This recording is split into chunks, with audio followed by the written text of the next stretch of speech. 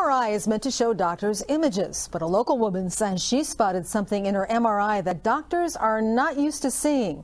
And as News 4's Gabrielle Komorowski tells us tonight, the woman says it was an answer to her prayers.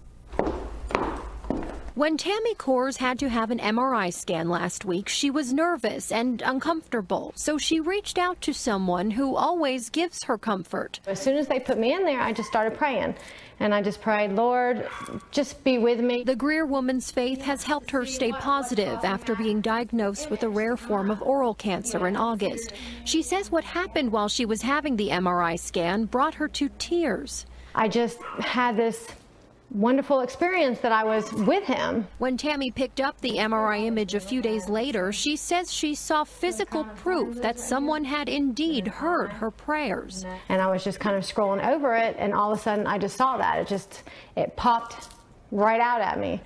And I thought, no way, I'm seeing something wrong. What she sees is an image of Jesus Christ. You can clearly see his eyes, his eyebrow, his nose, his mouth. She calls it confirmation that she was not alone when she was at the hospital. You know, I called my husband. I said, you know how I told you Jesus was with me? He really was with me. Look at this picture. Tammy knows some may doubt her divine discovery, but she believes what developed on this MRI image is nothing short of a miracle. I just think it's amazing, and if it was just for me to remind me that yes, I really was there with you, then that's enough. I don't care what anybody else thinks. Gabrielle Komorowski, WYFF News 4, Greer. Tammy will be meeting with doctors of the Cancer Centers of the Carolinas tomorrow to review her MRI results. She says she's looking forward to hearing what doctors have to say about. Hey everybody, good morning. Quarter till the top of the hour. Happy Sunday. Well, a Michigan woman capturing a glimpse of God's handiwork. In an amazing photo she later posted online. We'll take a closer look at it. You can see the clouds coming together to form a cross as the sun rises from behind. The picture has now been shared millions of times online, and the woman who took that photo, Michelle Laraff, joins me now. Thanks for being with us on Fox and Friends. Good morning.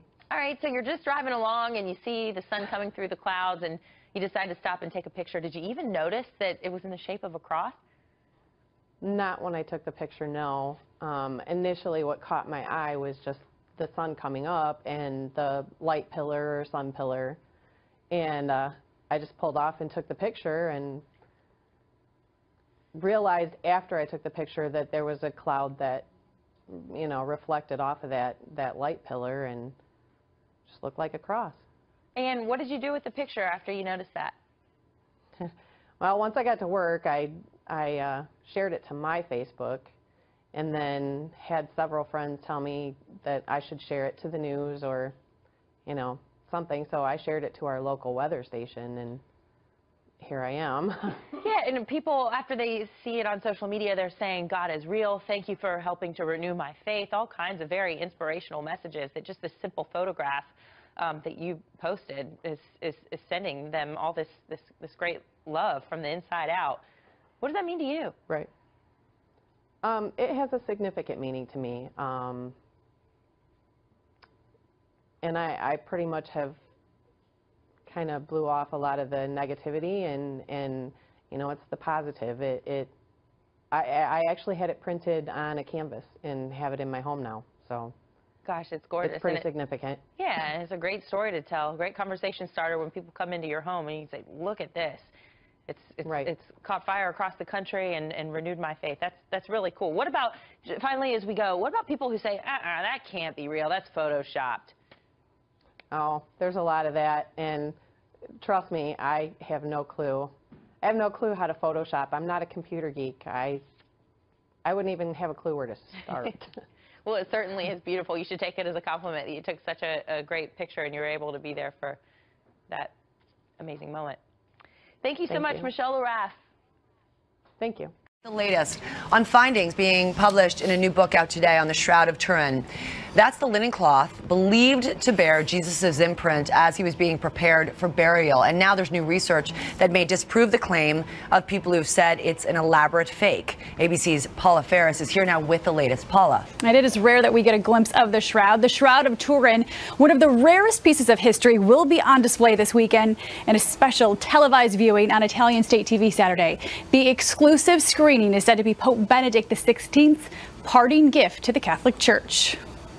This weekend, for the first time in 40 years, billions of people will be getting a rare televised glimpse at one of the world's greatest unsolved mysteries, the Shroud of Turin. Millions believe this to be the image of Jesus, rarely on display. The shroud will be on TV and in the palm of your hand. And now, coming on the heels of Good Friday, new life is being breathed into the Shroud of Turin. Just this week, a new app launched, taking the shroud worldwide and into the digital age for the first time, all while new research says the shroud could very well be the real thing. When you consider that there are no substances on the cloth that were conceivably used by an artist, and the fact that the blood on the cloth is human blood, it would suggest that the cloth is probably authentic. This 14-foot-long linen cloth is believed to have covered Jesus Christ's crucified body 2,000 years ago. The fabric is covered in bloodstains, dirt, and watermarks, and displays an actual imprint of a man's face. There was no portrait made of Jesus, so really the shroud still remains the best single thing that we have. Non-believers know the cloth as the Fraud of Turin. Over the past century, scientists have used methods such as carbon dating to test the authenticity of the fabric, most recently determining it to be a medieval forgery. But in a new book, scientists at Padua University in northern Italy say they've unraveled that claim. Still, it's not just seeing, it's believing that makes the difference. The shroud can never replace faith. I don't think we can ever know for sure whether the shroud is absolutely authentic, because we don't have the DNA of Jesus to match it up with something that we might extract from the shroud itself. Now, the Vatican does not have a position on the shroud's authenticity. However, a previous Pope wrote the shroud was, quote, a truly mysterious image which no human artistry was capable of producing. Lara, but we have the book, the broadcast, and now the app. All right, very interesting. Thank you so much, Paula. Time now for the ridiculous, and tonight all I can say is holy guacamole, because someone found a picture of Jesus on a tortilla. It happened in New Mexico. A guy's mom made a nice dinner, and it all sounds delicious, frankly, but one of the side dishes was downright divine. Mashed potatoes, gravy, chicken, and fresh tortillas. And then Jesus. Out Jesus came. Passed it to my mom. Same response for her, oh my God. Oh my God is right. Mashed potatoes sound awesome right about now. The real miracle here is that guy was just about to chow down on Nacho Jesus, but luckily noticed the image of Jesus before biting his head off. And now their tortilla has its rightful place of honor in a little wooden box full of cotton, it seems. Good thing to have on hand, I don't know, in case you need to display your more nutritious religious icons. It also comes in handy should you ever need to bury a parakeet. Now, I know what you're thinking. Anderson, you're thinking, does Jesus appear exclusively in corn or flour-based Mexican dishes? The answer is no. There's a whole a la carte menu of Jesus sightings for pretty much every occasion. Sometimes he even brings his mom. Here's a Jesus and Mary pancake, for instance. Not sure which is which, but on a side note, that pancake looks slightly overdone for my taste. Just flip it a little sooner, that's all I'm saying. Then we have the silhouette of the Virgin Mary in a dried mango. See it there? Here she is in a grilled cheese sandwich. I see the person also went with cotton balls for preservation, but used a plastic box instead. Not as classy, I would say, as the wooden box, but apparently gets the job done. Here's a Cheeto Jesus. And, yep, that's right, Cheeto Jesus, or Jesus, if you will. But Jesus sightings are not just for breakfast, lunch, and dinner anymore. No, no, no. Here he is in the wooden pattern on somebody's door. I'll give you a second try to make that one out. This next one's a little easier to see because, without a doubt, it's clearly Jesus on a receipt from Walmart. Okay, thanks, Pete. A spiritual sighting has been causing major traffic backups in one town. A man says he spotted the image of the Blessed Virgin Mary while driving by a church on Mineral Spring Avenue in North Providence, and people have flocked to the area ever since, hoping to get a glimpse. Eyewitness News reporter Mara Kennedy has more on the story from North Providence. People are still gathered and traffic is still backed up Friday night. We want to know if the Virgin Mary image is the real thing or a gimmick. So we talked to a religious professor to find out. Crowds sing in front of a North Providence church, hoping their words and prayers reach the ears of what they say is the Virgin Mary. This week, a man driving by the church at the presentation of the Blessed Virgin Mary tells a local newspaper that Mary herself, the mother of Jesus, presented herself to him on the church bell tower. But is this image really the Virgin Mother, or is it a trick to make people into believers? It's not so evident to me, but I can see how people can see that in the image. So it's raining today and it's very humid. Do you think that plays a part in the image? Certainly. I mean, it certainly could be natural reasons that explain the image, the formation of the image. But that wouldn't be the remarkable thing. The remarkable thing would not be scientifically how we could explain it, which we might very well be able to, but that it forms in the way that it does. As a professor of theology at Providence College, Paul Gondreau is an expert at famous relics. He is also the father of the son who was recently kissed by the Pope in Rome, shown on Eyewitness News. So, as a career man and a believer, Gondreau thinks the image is the real deal. Well, it all depends. Sometimes it's real, I believe. Sometimes it's not, which is why the church will always do an investigation when something like this occurs. Gondreau says the church would begin an investigation if people started saying the image was performing miracles. Until then, it seems like it's going to be a lot of songs, prayers, and blessings. The thing to stress here is, you know, we live in a culture which often wants to oppose science and religion, or science and faith, and the Catholic tradition has never seen it that way, that the two need not be diametrically opposed, and that there are many mysteries of the faith that can have a scientific explanation behind it. No comment from the pastor of the church or the bishop, so still no word on if there's going to be an investigation on the image. A vigil grows for a tree which some say is a miracle, the image of Jesus in a bark. Action 7 News reporter Ana Velasquez has an update on a story you'll see only on 7. To some, it's just a tree with its bark exposed, discolored by running water. But to neighbors here in the 700 block along Bosque Loop in Bernalillo, it's a miracle. Yeah, like right in the middle of his body, you could actually see him looking at you. Many of the believers are Catholic and say this is a full body image of Jesus Christ, dressed in a robe and his arms crossed in front. Witnesses admit it may not look like much in the daylight, but at night it's different.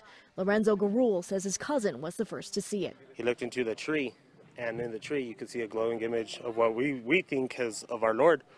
And so my cousin called us, we all came. And this is what they saw on that first night, described as a glowing figure that appeared to look back at them wherever they stood.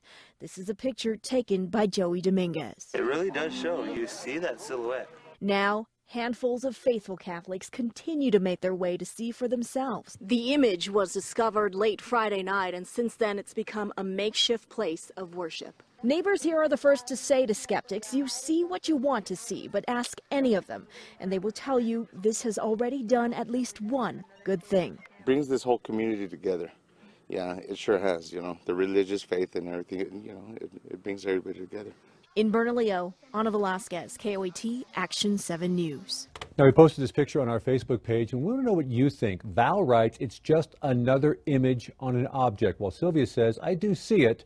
I refuse to let other people change my mind because of their negativity in their lives. And Yolanda says, to her, it looks like the image of the Virgin Mary. Finally, an Indiana couple made an interesting discovery this Christmas season while stocking up on firewood. They found what they say appears to be images of the Virgin Mary and baby Jesus in the wood. They cut a log with a chainsaw and discovered the biblical images. Julie Cooney says her husband at first thought they looked like an angel, but after a closer look, the couple believes they're images of Mary and Jesus.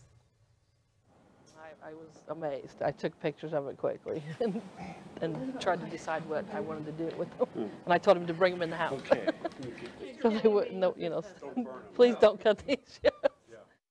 Cooney says she is a woman of faith and was moved by the discovery. The images in the wood will be on display at Danville, Indiana's police department. Hi, good morning, everyone. 52 minutes after the hour. Annabelle Beam was just 5 years old when she was diagnosed with 2 incurable disorders. The illnesses kept her in and out of the hospital, the treatments barely effective. Then, in 2011, another tragedy struck. While climbing trees with her sister, a branch gave way, plunging Annabelle 30 feet headfirst through a hollow tree to the bottom, where she was stuck for hours. Not only did Annabelle survive without injury, but shortly after, the symptoms of her diseases completely disappeared. What's more, she came back with a remarkable story of a journey. She says she went to heaven. Now her mother, Christy, is sharing the story in a memoir called Miracles from Heaven, a little girl, her journey to heaven, and her amazing story of healing. They join us now live. Thank you so much for being with us. Thank you for having us. Well, Christy, when Abby, your oldest daughter, came back from playing on the trees with Annabelle with this terrible news that your daughter had fallen, what's going through your mind? And tell us how that day played out in December of 2011. Well, I remember Abby just being quite frantic, and it just hadn't registered in my brain what she was trying to say. I felt like Annabelle was in a tree and she'd just fallen and needed help getting down from the tree. It never occurred to me that she was stuck inside the tree. Inside a hollowed out tree on your property. Correct. Where nothing like this had ever happened before. And Annabelle, we're looking at pictures there of that tree with a cross on it. You say that when you fell head first, you had a remarkable experience while you were down there. Initially, were you in any pain? Were you nervous? Were you scared? No, I was really just really calm because I wasn't really scared or anything. And I think if I was really frantic and nervous and crazy, then I wouldn't have been able to get out as early. And before you were playing in the tree, you were in and out of the hospital going through these treatments for these digestive disorders where your intestines were blocked. It was just a horrible ordeal that you were going through. But then you go to heaven, you say, while you were in the tree. What did you see while you were there? I remember it was really bright, and I saw my Mimi, who had died a couple years back, and that's how I knew that I was in heaven. And I sat on Jesus' lap, and he told me whenever the firefighters get you out, there will be nothing wrong with you. And I asked him if I could stay, and he said, no, Annabelle, I have plans for you on earth that you cannot fulfill in heaven. And Christy, when your daughter's telling you this, initially are you going, no way, that didn't happen, or did you believe her right away?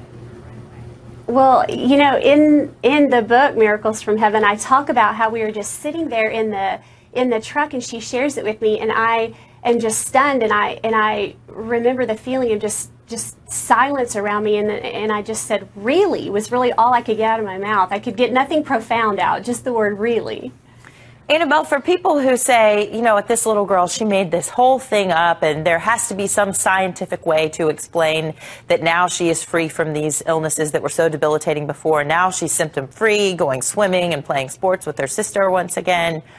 For people who are skeptical, what would you say to them? I would say you don't have to believe our story is true. We're not going to try and shove it down your throat, but this is a chance for you to get closer to God in your relationship, and we're, like I said, we're not going to try and shove it down your throat, but it's a great opportunity for you.